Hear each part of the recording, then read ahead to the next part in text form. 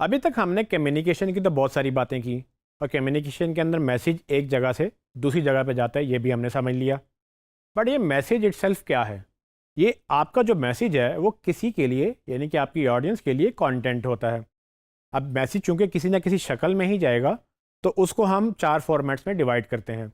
यानी कि कंटेंट के 4 फॉर्मेट्स होते हैं। पहला फॉर्मेट टेक्स्ट होता है। आप जो भी लिख के किसी को भेजेंगे या आपका कोई कंटेंट लिखा हुआ पड़ेगा, तो वो रिटन कंटेंट यानी कि टेक्स्ट बेस्ड कंटेंट होगा। और फिर इमेजेस होते हैं, यानी कि कोई तस्वीर, कोई विजुअल, कोई भी आपकी डायग्राम जो है वो इमेजेस में काउंट होता है। तो एक टेक्स्ट हो गया, एक इमेजेस हो गए। फिर आप तीसरे कंटेंट टाइप की बात करें तो वो है वीडियोस।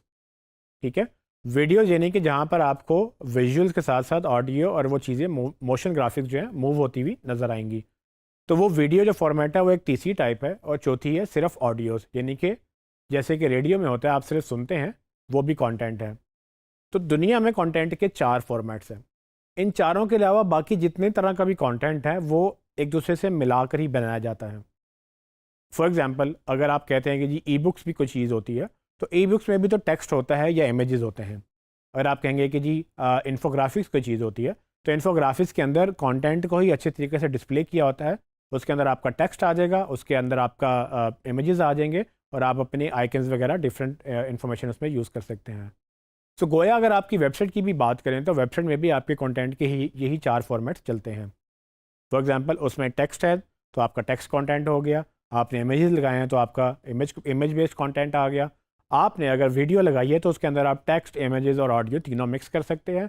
और अगर आपने पॉडकास्टिंग करनी है, आपने अपना वॉइस नोट भेजना है या आपने ऑडियो बेस्ड कोई काम करना है, तो वो भी आप अपनी वेबसाइट पर लगा सकते हैं। तो ये 4 फॉर्मेट्स के अराउंड ही पूरा कंटेंट घूमता है, और इस 4 फॉर्मेट्स को हमने अभी समझ लिया है।